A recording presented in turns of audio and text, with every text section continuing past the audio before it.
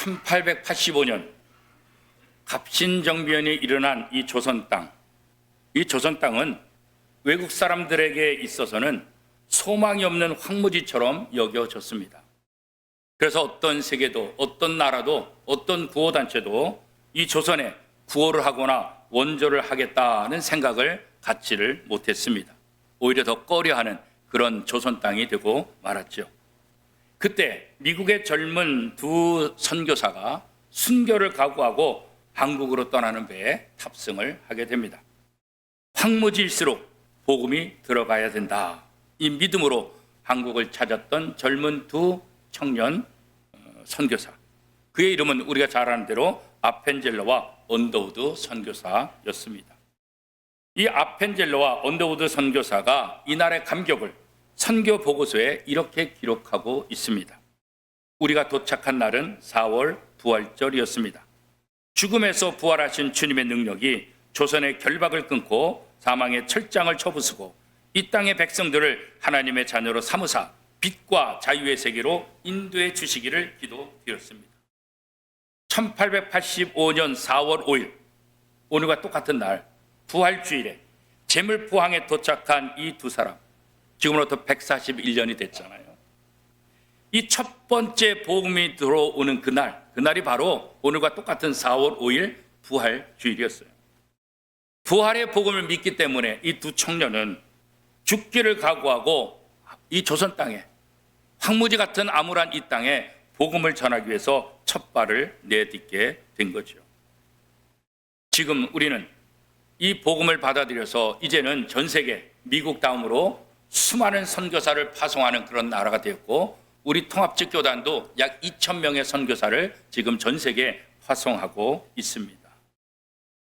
이렇게 복음이 들어오므로 이 조선 땅에 새로운 변화가 일어나게 되고 부활의 능력을 통해서 한국교회가 성장하고 한국의 새로운 여러 가지 부분에 있어서 종교적인 부분만 아니라 사회, 정치, 문화, 복지, 학교, 교육 모든 부분에 있어서 이 복음이 들어오므로 놀라운 변화가 일어난 것을 우리는 잘 알고 있습니다. 이 선교사들의 선교 보고서는 굉장히 중요했습니다. 지금도 우리가 보고서를 쓰는 것 굉장히 중요하죠. 그 당시로서는 알지 못했지만 먼 훗날 이 선교사들이 자기를 파송한 나라에, 자기를 파송한 선교회에 이 선교 보고서를 꼬박꼬박 보냈기 때문에 우리나라에서는 알 수 없었던 그런 상황들을 이 선교사들이 보낸 선교 보고서를 통해서 우리의 상황, 우리의 전도, 우리의 복음, 우리의 민족의 여러 가지 모습들을 오히려 거꾸로 우리가 알 수가 있게 된 거죠. 그래서 지금도 역사학자들을 통해서 이런 선교사들의 선교 보고서를 발굴하고 그 선교 보고서를 통해서 한국의 상황이 어떠했는지를 다시 연구하고 우리 정병준 박사님이 이런 일들을 잘 감당하고 있어요. 그래서 정병준 박사님은 호주 선교사 이 전공이신데, 또 호주 선교사들이, 미국 선교사들이, 네덜란드, 또 영국의 선교사들이 우리 이 땅에 와서 어떻게 복음을 전하고 어떻게 역할을 했는지, 이게 선교 보고서에 다 기록이 되어 있었던 거예요. 그래서 그 선교 보고서를 통해서 이 척박했던 조선 땅에 어떻게 복음이 들어가고 어떻게 복음의 역사가 일어났는지 다 기록하고 있죠. 그런 모든 역사는 어디서부터 시작되냐? 바로 부활 신앙이에요. 부활하신 예수 그리스도의 이 복음 때문에 그런 거예요. 세상 사람들의 눈에는, 외국 사람들의 눈에는 이 조선 땅이 갑신정변이 일어난 이후에 황무지 같은 땅, 소망이 없는 땅, 그러나 선교사들의 눈에는 황무지 같은 이 땅에 오히려 복음이 들어가서 새로운 세상을 만들어야 된다. 이런 부활에 대한 확신이 있었기 때문에, 복음에 대한 확신이 있었기 때문에 생명을 걸고 이 조선 땅에 들어올 수 있었던 거죠. 그리고 뒤에 수많은 선교사들을 통해서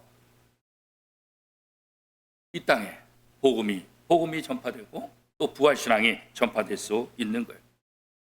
오늘 본문은 부활하신 예수님께서 제자들을 만나는 상황들을 설명하고 있습니다. 예수님의 제자들은 그토록 자신이 좇았던 예수님이 십자가에 못 박혀 돌아가시고 나고 또 무덤에 장사되고 나니까 전혀 힘이 없잖아요. 지난 3년 동안 우리가 뭐 했나?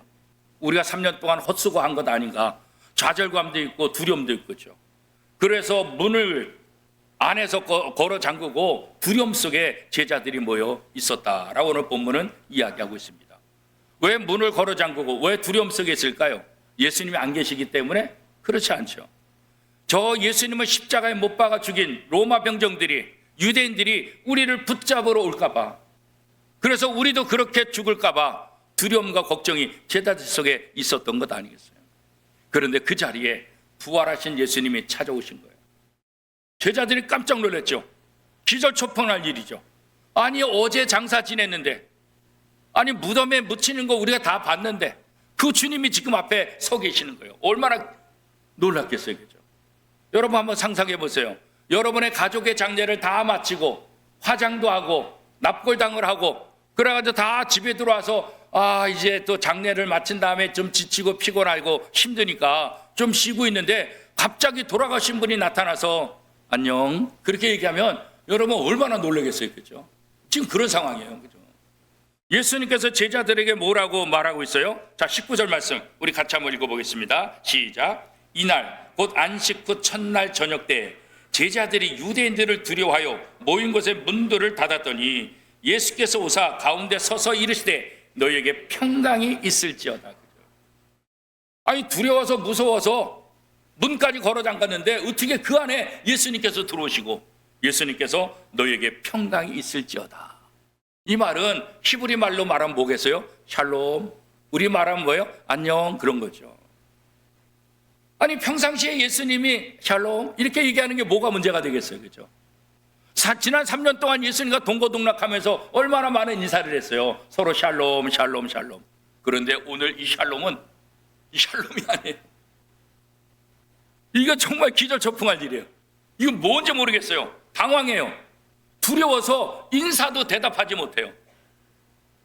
여기서 평강이 있을지어다 이 말은 우리가 일상적으로 하는 안녕 샬롬 그런 얘기인데 예수님께서 왜 이런 말씀을 하셨을까? 예수님은 지난 3년 동안 제자들과 함께 동고동락하면서 매일 만나면서 샬롬 샬롬 이렇게 인사했잖아요.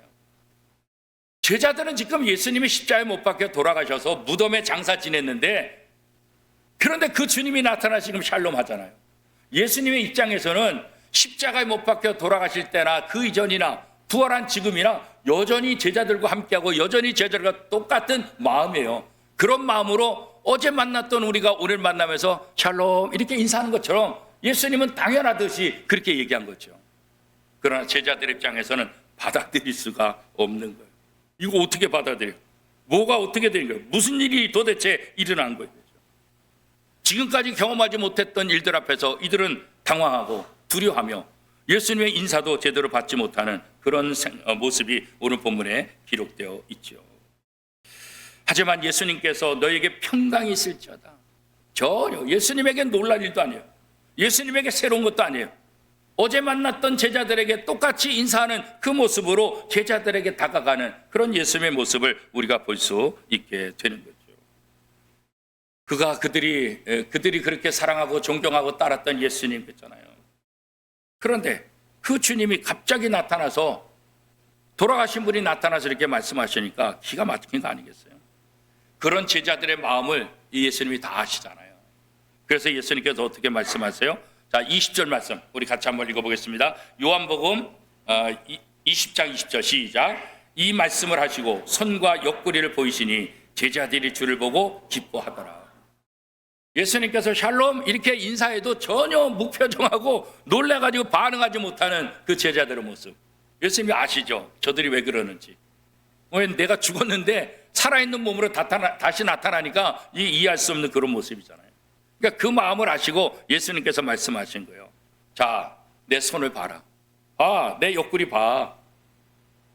너희가 생각한 대로 나는 십자가에 못 박혔고 이 옆구리에 창이 찔려서 죽은 거 맞아. 그리고 나는 지금 부활했어. 예수님의 손에 못자국, 예수님의 허리에 창자국을 그대로 다 보여주셨잖아요.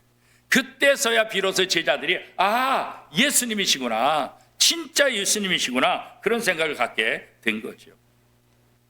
예수님께서 왜 손과 옆구리를 보여주셨을까? 어떻게 보면 제자들 입장에서는 귀신이 왔나 그렇게 생각할 수도 있을 거예요. 과거에도 그랬잖아요. 베드로가 감옥에 갇혔다가 감옥 문이 척척척척 열리면서 자기를 위해서 기도한 사람들을 찾아가서 문을 두드렸을 때 그때 다른 제자들이 베드로를 뭐라 그랬어요? 아유, 귀신이 왔나 보다 그랬잖아요. 베드로가 감옥에서 나온 것도 믿지 못했던 그들. 그런데 예수님이 부활하셔서 나타나니까 이거 얼마나 기가 막히겠어요. 그러니까 이들 생각에도 예수의 영혼이, 예수의 혼이 우리에게 지금 찾아왔나 보다, 그런 생각할 수 있잖아요. 그런 생각 때문에 예수님이 손을 보여주고 옆구리를 보여주는 거예요. 너희가 생각하는 내가 귀신이 아니다. 너희가 생각하는 그런 영혼이 아니야. 나는 이 육체 살아있다.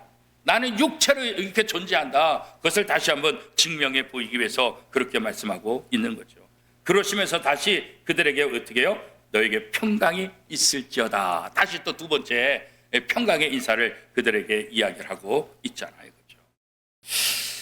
예수님이 부활하신 것을 알고 그때야 제자들이 기뻐했다. 그 기뻐하는 제자들에게 다시 한번 인사를 하고 예수님께서 말씀을 하시죠. 21절 말씀 같이 읽겠습니다. 시작. 예수께서 또 이르시되 너희에게 평강이 있을지어다. 아버지께서 나를 보내신 것 같이 나도 너희를 보내노라. 두려워 떨고 있는 이 제자들, 그들에게 평강이 필요한 것, 그들에게 안정이 필요한 것, 누구에게 중요한 거죠? 누구보다도 중요한 거죠. 지금 두려움 속에서 문도 걸어지 않고 언제 로마 병병이 올지, 언제 유대인들이 올지 몰라서 염려하고 걱정하던 그들에게 두 번이나 너희에게 평강이 있을지어다 말씀하신 다음에 이어서 말씀하시는 게 뭐예요? 아버지께서 나를 보내신 것 같이 나도 너희를 보내노라.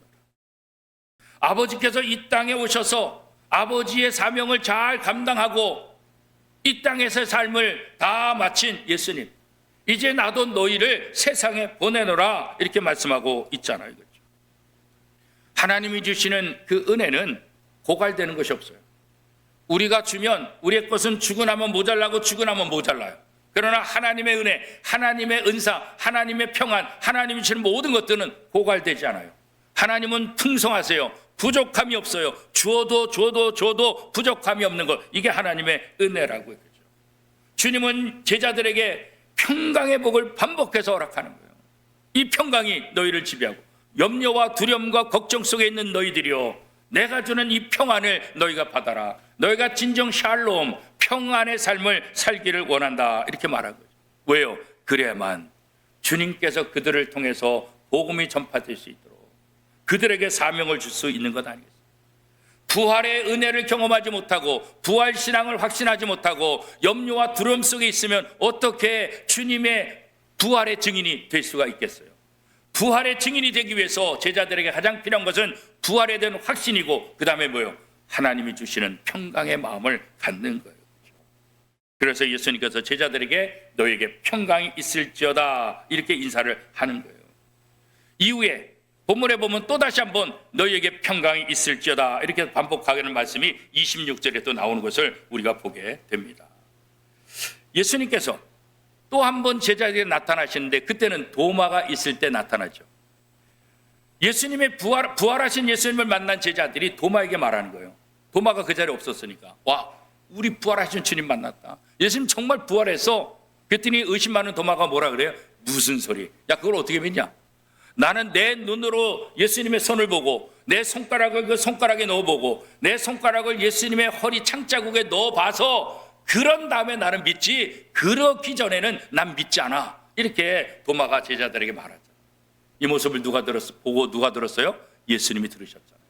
예수님께서 말씀하시죠. 자, 25절 말씀 우리 같이 한번 읽어보겠습니다. 시작. 다른 제자들이 그에게 이르되 우리가 주를 보았노라 하니 도마가 이르되 내가 그의 손에 못자국을 보며 내 손가락을 그 못자국에 넣으며 내 손을 그 옆구리에 넣어보지 않고는 믿지 아니하겠노라 하니라. 그렇잖아요. 의심 많은 도마가 여전히 의심을 하고 있는 그런 모습들을 보게 되잖아요. 그런데 예수님께서 그럼에도 불구하고 또다시 너에게 평강이 있을지어다 26절에 말씀하고 27절에 어떻게 말씀하고 있어요? 27절 우리 같이 읽겠습니다. 시작. 도마에게 이르시되 내 손가락을 이는 내밀어 내 손을 보고 내 손을 내밀어 내 옆구리에 넣어보라. 그리하여 믿음 없는 자가 되지 말고 믿는 자가 되라. 제가 예수님이라면 야, 너는 여전히 의심이 많냐? 이렇게 말했을 거예요. 근데 예수님은 야, 내가 내 손으로 내 손가락으로 넣어보지 않고 믿을 수 없어. 그런데 예수님이 그 말을 듣고 어떻게 도마 이리 와. 네가 그렇게 원해? 그래, 손가락 넣어봐. 내 허리 옆구리에 창자고 만져봐. 내가 귀신이 아니고 내가 영혼이 아니고 내가 너에게 말한 것처럼 나는 다시 부활했다. 의심 많은 도마에게도 끝까지 참으시며 인내하시며 그에게 부활하신 주님의 본 모습을 보여주는 예수님의 모습을 보게 되잖아요. 그러면서 도마에게 뭐라고 말씀하셨어요? 믿음 없는 자가 되지 말고 믿는 자가 되라. 오늘 우리에게도 하신 말씀이에요. 우리가 수십 년 교회 다녔어요. 수십 년 부활절을 지냈어요. 예수 믿은 지 오래됐어요. 교회 안에서 다양한 직분도 갖고 있어요. 그러나 예수 그리스도의 부활을 믿지 못한다고 한다면, 이 부활에 대한 확신이 없다고 한다면 도마와 무슨 차이가 있겠어요? 오늘 2026년 부활절을 통해서 여러분 안에 부활에 대한 확신이 있기를 바랍니다. 부활 신앙의 확신을 통해서 여러분 안에도 부활하신 주님의 능력이 나타나며 여러분에게도 너희에게 평강이 있을지어다 말씀하시는 주님의 은혜가 넘쳐나기를 축복합니다. 예수님께서 제자들에게 자신의 손을 보이고 자신의 옆구리를 보이고 의심 많은 도마에게 내 손가락으로 확인하라 한 모습들, 왜 이렇게까지 예수님께서 확인하고 또 증명을 했을까요? 제자들에게 이 부활에 대한 확신을 주시기 위함이에요. 인간의 죽음을 이 유대 사람들은 근본적으로 뭐 때문에 왔다고 믿는 거예요? 죄 때문에 왔다고 믿는 거예요. 죄 때문에 우리가 죽는다 그런 생각하는 거예요. 그럼 거꾸로 생각하면 죄가 아니었다고 한다면 우리는 죽지 않을 수 있다 이런 생각을 하게 되잖아요. 그렇죠? 죄가 없다면 죽음도 없다 그런 생각을 할 수 있잖아요. 그렇죠? 예수님은 이 땅에 죄 없는 존재로 오셨잖아요. 성령의 잉태로 마리아의 몸을 통해서 이 땅에 오신 예수 그리스도, 그분은 죄가 없이 이 땅에 오셨다. 누군가의 죄를 대속하려면 죄인이 대속할 수 없다는 거죠. 죄가 없는 자만 누군가의 죄를 대속할 수 있는데, 죄가 없는 분으로 이 땅에 오신 분은 오직 한 분, 예수 그리스도밖에 없는 거예요. 예수 그리스도만이 유일한 십자가를 질 수 있고 예수 그리스도만이 우리의 모든 죄를 짊어지시고 대속할 수 있는 유일한 분이시라는 거예요. 그래서 예수 그리스도의 십자가 사건, 이것이 가능했던 것은 예수님은 우리처럼 죄인으로 이 땅에 태어난 것이 아니라 성령의 잉태하심으로 성령의 역사로 이 땅에 태어나셨는데 죄 없는 분. 그래서 우리의 모든 죄를 담당할 수 있었다. 성경은 그렇게 이야기를 하고 있죠. 예수님께서 이 땅에 태어나실 때 천사를 통해서 예수라는 이름에 대해서 설명을 했죠. 마태복음 1장 21절 말씀입니다. 아들을 낳으리니 이름을 예수라 하라. 이는 그가 자기 백성을 그들의 죄에서 구원할 자이심이라 하니라. 예수라는 이름을 갖게 했는데 그 예수라는 이름이 뭐예요? 자기 백성들의 죄를 구원할 자, 구원자. 그게 바로 예수예요. 그래서 구약의 호세아라는 선지자, 여호수아, 이게 다 같은 예수라는 말과 다 동일한 거예요. 구원자, 호세아, 여호수아, 예수, 이 말이 다 구원자, 이 똑같은 의미를 담고 있다는 것을 우리가 너무나 잘 알 수 있죠. 그래서 죄 없는 모습으로 이 땅에 오신 예수님이 이 땅의 모든 백성들의 죄를 대신해서 십자가에 못 박혀 돌아가셨다. 그리고 부활하심을 통해서 다시 죄 없는 존재로 이 땅에 다시 나타나시게 되는 거죠. 만약 예수 그리스도께서 부활하지 못했다고 한다면, 또 예수 그리스도의 부활을 우리가 실제적인 증거가 없다고 한다면 우리 기독교는 굉장히 어려웠을 거예요. 그렇죠? 부활신앙을 아무리 증거해도 다 거짓말이라고, 다 속임수라고 그렇게 얘기하는 사람이 2000년 당시에도 있잖아요. 그렇죠? 오늘날도 마찬가지예요. 이 부활신앙, 이것은 교회의 가장 핵심이에요. 부활신앙이 없으면 더 이상 교회는 존재할 수 없는 거예요. 그렇죠?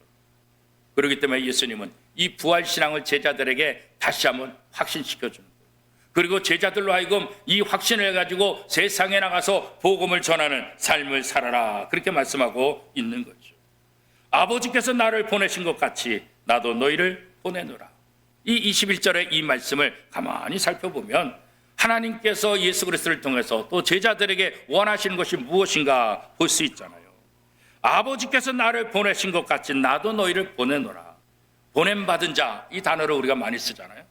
구약에서 보냄받은 자는 누구를 의미할까요? 대부분 선지자들이죠.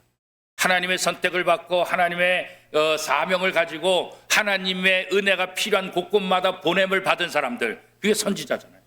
그래서 선지자들은 자기의 말을 하는 것이 아니라 하나님이 주신 말씀을 가지고 하나님이 원하시는 그 사명을 이루는 것, 이게 선지자들의 삶이잖아요.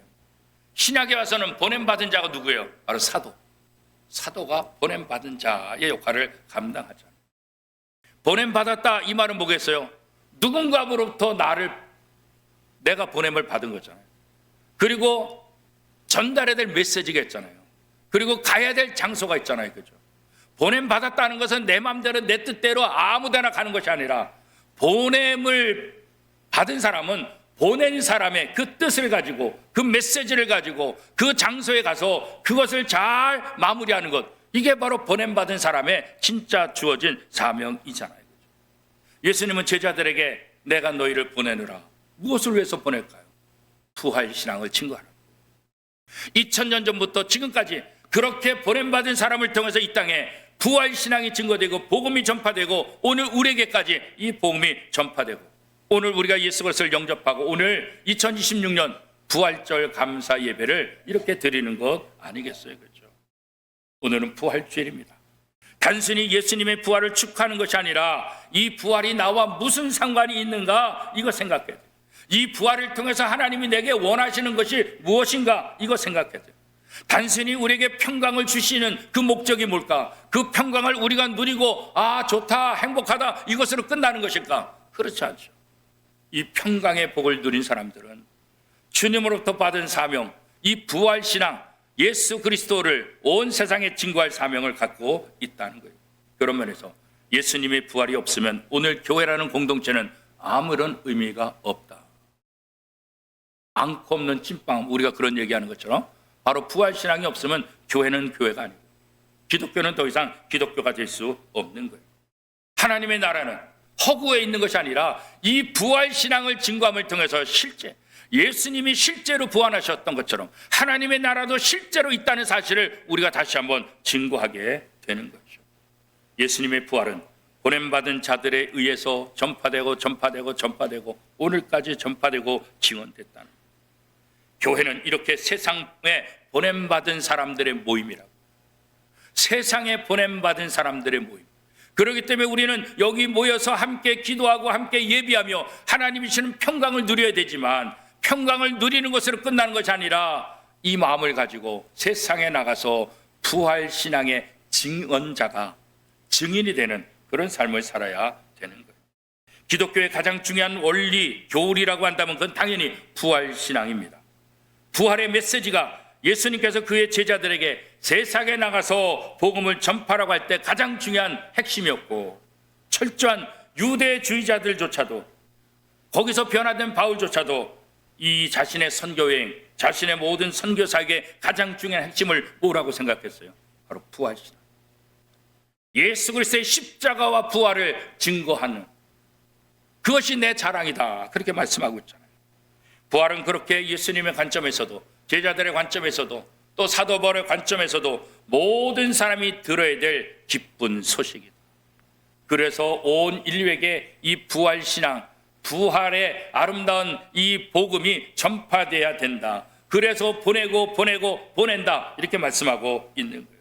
우리도 예수님이 제자들을 보낸 것처럼 주님이 오늘 우리를 보내셨다는 사실을 알고 우리의 가정과 우리의 직장과 우리의 학교와 우리의 삶의 자리에서 우리의 지역에서 보냄받은 자로서 그리스도의 평강의 복을 누리면서 복음을 증거하는 아름다운 증언자가 다 될 수 있기를 축복합니다.